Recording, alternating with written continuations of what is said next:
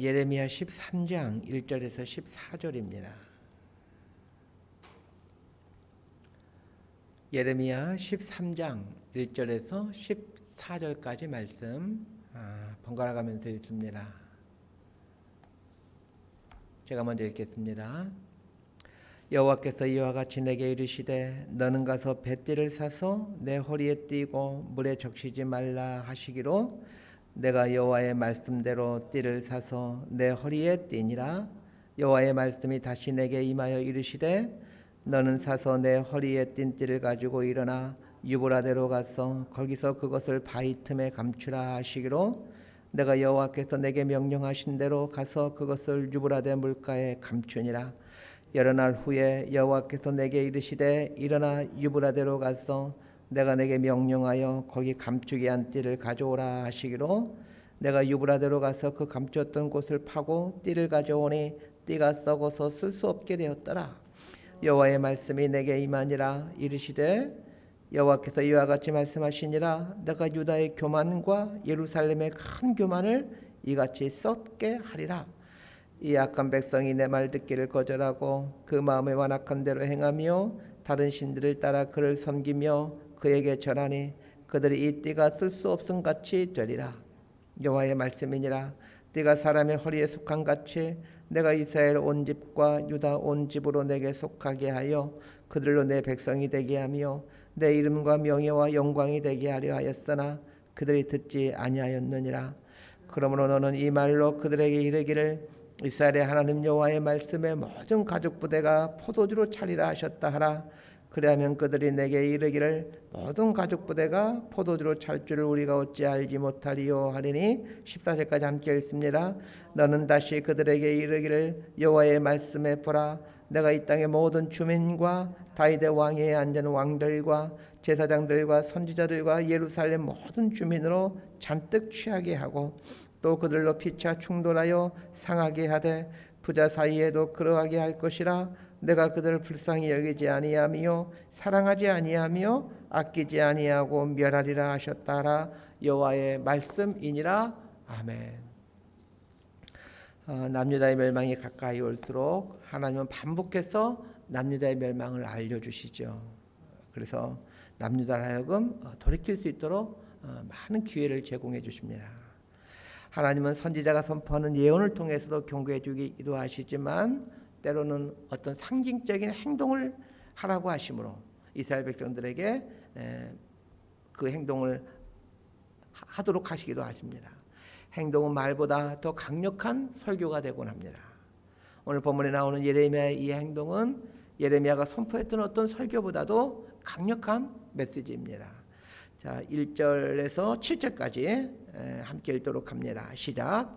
여호와께서 이와 같이 내게 이르시되 너는 가서 뱃띠를 사서 내 허리에 띠고 물에 적시지 말라 하시기로 내가 여호와의 말씀대로 띠를 사서 내 허리에 띠니라. 여호와의 말씀이 다시 내게 임하여 이르시되 너는 사서 내 허리에 띈 띠를 가지고 일어나 유브라데로 가서 거기서 그것을 바위 틈에 감추라 하시기로 내가 여호와께서 내게 명령하신 대로 가서 그것을 유브라데 물가에 감추니라.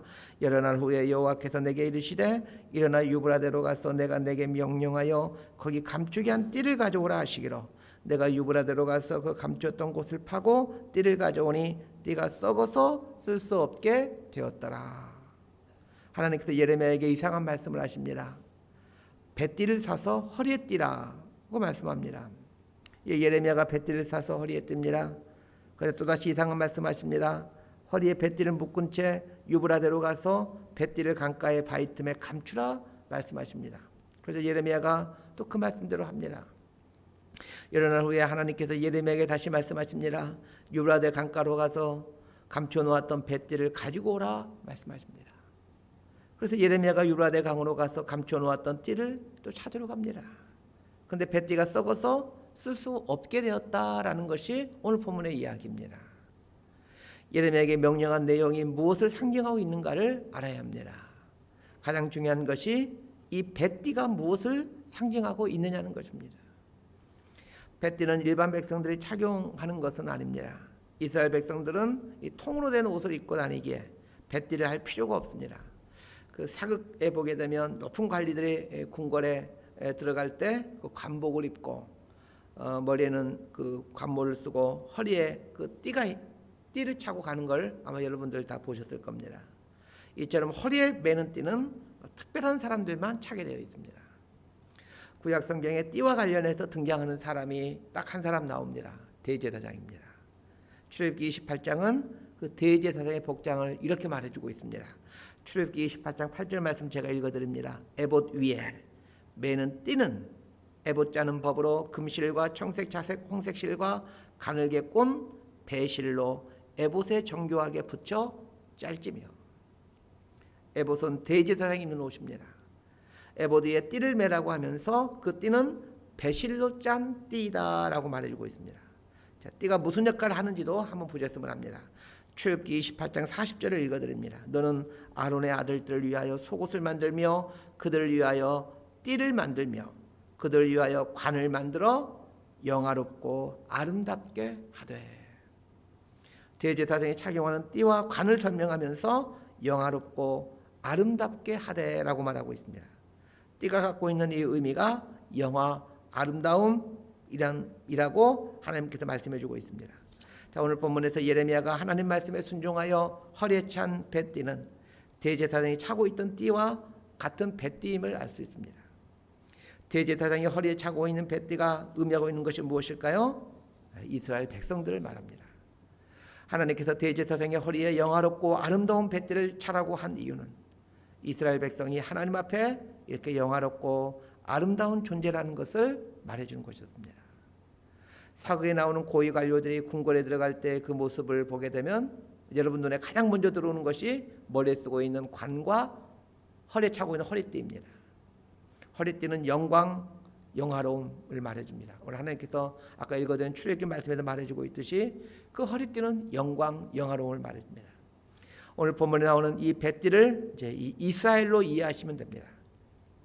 하나님께서 예레미야 선지자에게 뱃띠를 사서 허리에 차고 유브라데 강가로 가서 바위 틈에 그것을 감추라 말씀하십니다.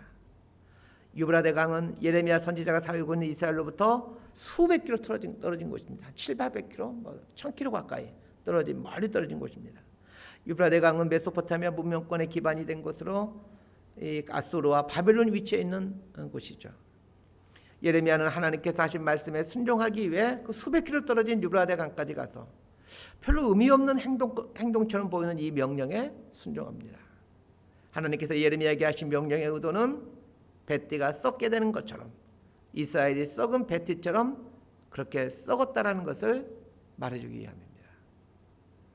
그러면 이스라엘이 썩었다라는 것을 말해주고자 한다면 이스라엘에 있는 가까운 강가의 뱃띠를 감춰놓으려고 할 일이지 굳이 그 수백 킬로 떨어진 유브라데 강까지 가서 뱃띠를 숨겨놓으라고 말씀하신 이유가 무엇일까요? 이것은 장차 이스라엘이 유프라데 강에 있는 바벨론의 포로로 잡혀간다는 것을 말해주는 것입니다.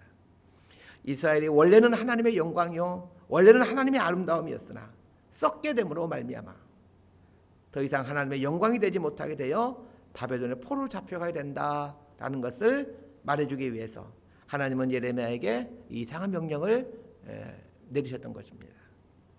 예레미야가 내린 이 명령을 통해 이스라엘 양은 하나님의 원래 계획이 무엇인지를 알게 됩니다. 이스라엘 양은 하나님의 원래 계획은 영광과 존귀, 아름다움이었습니다. 하나님은 이스라엘을 영광스럽고 존귀한 존재로 만들어가고 싶으셨습니다. 영광스럽고 존귀한 존재로 서 있기 위해서는 하나님의 품에 있어야만 합니다.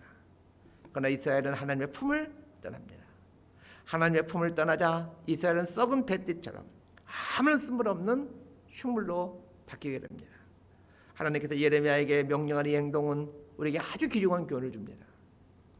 하나님께 붙어 있으면 존귀하고 아름다운 존재가 되지만 하나님을 떠나게 되면 썩은 뱃띠처럼 아무 쓸모없는 인생으로 전락하게 된다는 겁니다.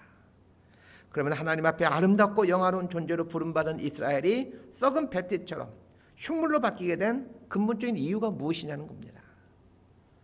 제가 위에서 하나님을 떠났기 때문이라고 그 이유를 설명해 주었습니다. 자, 그런데 이 뱃띠는 이스라엘의 존귀함, 이스라엘의 아름다움을 의미하기도 하지만 뱃띠를 썩게 하겠다라는 것은 이스라엘의 교만을 썩게 하겠다라는 뜻이라고 하나님 말씀하십니다. 자, 8절과 9절 말씀 함께 읽도록 하겠습니다. 시작. 여호와의 말씀이 내게 임하니라 이르시되 여호와께서 이와 같이 말씀하시니라 내가 유다의 교만과 예루살렘의 큰 교만을 이같이 썩게 하리라. 9절 하반절을 보면 내가 유다의 교만과 예루살렘의 큰 교만을 이같이 썩게 하리라 라고 하나님 말씀하십니다. 벳띠는 이스라엘의 존귀함, 아름다움, 영광을 의미하였었는데 이 벳띠를 썩게 하였다라는 것은 이스라엘의 교만을 썩게 하겠다라는 뜻이라고 하나님께서 설명해 주십니다. 무슨 말이냐면 장차 이스라엘이 유프라테 강가에 있는 바벨론에 끌려감으로 이스라엘의 교만이 썩어 없어지게 된다는 뜻입니다. 벳띠는 영광, 존귀함을 뜻한다라고 아까 출애굽기 말씀에서 인용했듯이 존귀함을 뜻하였지만 썩은 벳띠는 교만을 상징합니다. 썩기 전의 벳띠나 썩은 후의 벳띠는 같은 벳띠입니다.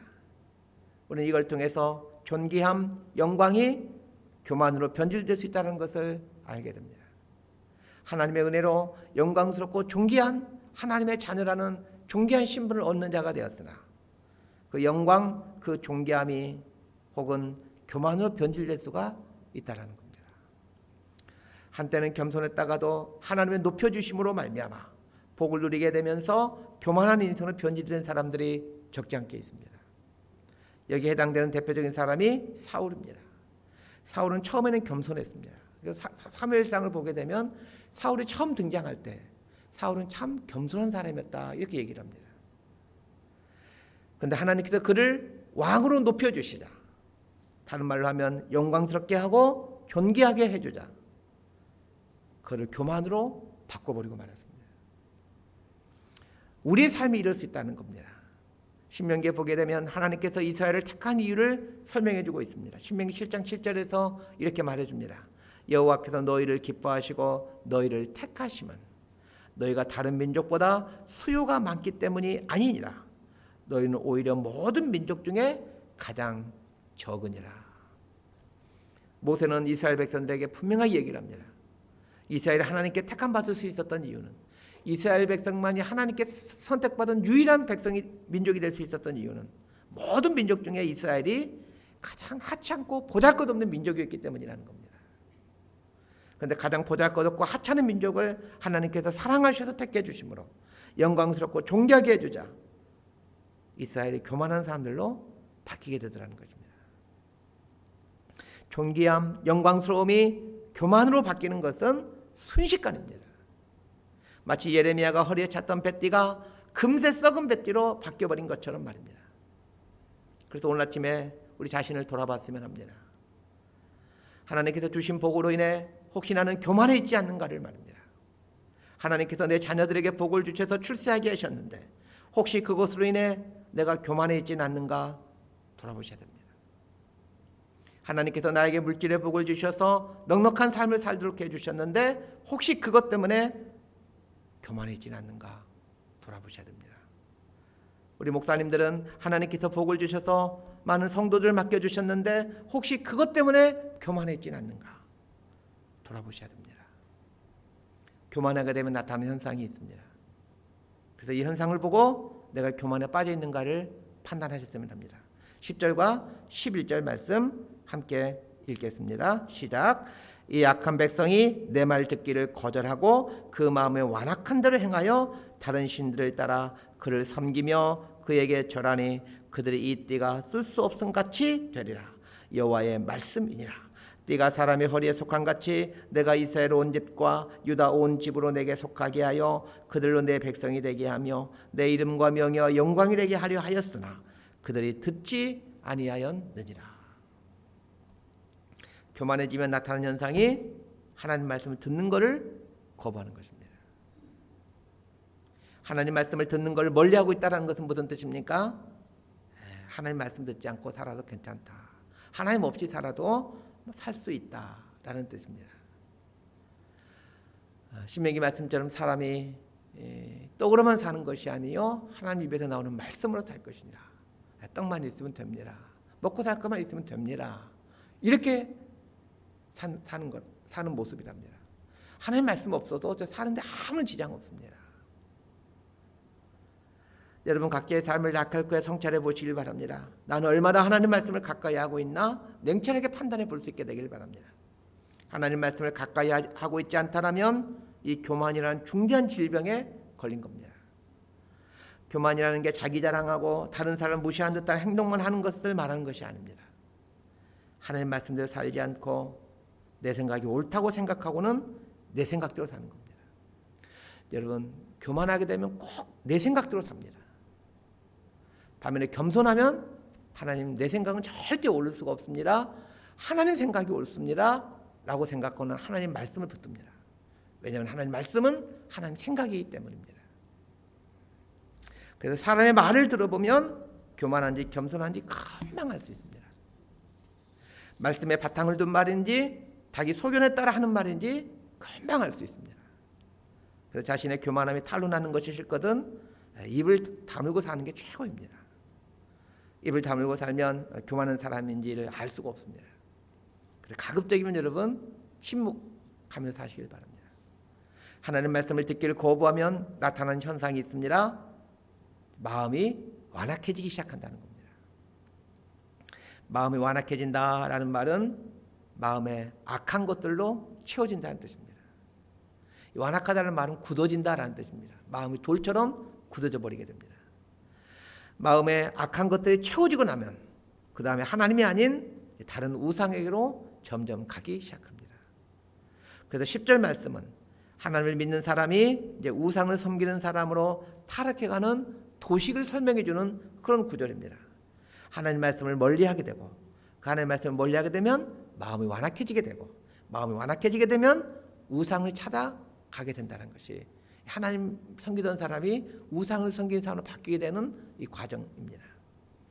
우리 시대의 기독교인들 대부분이 빠지고 있는 우상이 있다라면 돈입니다. 하나님 믿는 사람들이 돈이라는 우상을 섬기는 우상 숭배자로 전락해가는 과정이 꼭 이렇습니다. 가장 먼저 나타난 증상이 하나님 말씀을 멀리하는 겁니다. 하나님 말씀을 멀리하면 마음이 점점 완악해집니다. 한국교회 대부분이 교회 안에서 싸우는 큰 소리가 나고 있는 것은 무슨 이유일까요? 근본적인 출발은 하나님 말씀을 멀리하기 때문입니다. 그래서 잘 보십시오. 교회에서 큰 소리 치고 있는 사람들 한번 유심히 한번 연구해 보시기 바랍니다. 하나같이 말씀에서 떠난 삶을 살고 있는 사람들입니다. 여러분 그동안 여러 교회에서 아마 신앙생활을 해보셨을 겁니다. 많이 보았을 거예요. 교회에서 큰 소리 치며 사람들의 눈살 찌푸리게 하는 분들 한번 곰곰이 생각해 보시기 바랍니다. 그분들 중 진지하게 하나님 말씀 앞에 서 있는 분들이 있었나 생각해 보시기 바랍니다. 제가 경험해 본 바로는 다 말씀과 상관없이 살아가는 사람들이었습니다. 자, 이런 과정 말씀에 떠나게 되고 말씀에 떠나게 되면 마음이 완악해지고 마음이 완악해지고 나면 이것은 이제 우상 숭배로 점점 발전하게 되는 겁니다. 돈을 쫓아가고 이 세상 사람들이 좋아하는 쾌락을 쫓아 점점 변질되어 가게 되는 것이죠. 말씀 정리합니다. 하나님께서 이스라엘을 택하신 것은 그들을 영광스럽고 존귀한 존재로 만들어가고 싶었기 때문입니다. 하나님 품에 있을 때 영광스럽고 존귀한 존재로 변하게 됩니다. 가장 작은 민족이었던 이스라엘을 택하셔서 모든 민족에 뛰어나게 하시자 이스라엘은 교만해지게 되었습니다. 하나님께서 베풀어 주신 복이 자칫하면 교만으로 바뀌어지곤 합니다. 교만하게 되면 나타나는 현상이 있습니다. 하나님 말씀을 멀리하게 된다는 것입니다. 이런 증상이 여러분에게 나타나고 있다면 얼른 하나님께 돌아오시길 바랍니다. 다시 무릎을 꿇고 하나님 말씀 앞에 서십시오. 영혼의 가난함을 회복하십시오. 그것이 하나님 앞에 영광스럽고 존귀하게 될 수 있는 비결입니다. 이런 복을 누리며 살게 되는 저와 여러분의 삶이 되기를 진심으로 소망하고 축복합니다. 기도하겠습니다. 하나님, 우리의 모습은 어떠합니까? 하나님께서 베풀어 주신 복과 은혜를 여전히 복과 은혜로 간직한 채 살고 있습니까? 아니면 교만으로 바꾸어 살고 있습니까? 하나님, 요즘 우리 삶은 하나님 말씀에 붙잡혀서 살고 있는 삶입니까? 아니면 말씀에서 멀리 떨어져 살고 있습니까? 말씀 앞에 다시 무릎 꿇기를 원합니다. 그래서 영혼의 가난함을 누릴 수 있게 되기를 원합니다. 예수님의 이름으로 기도드리옵나이다.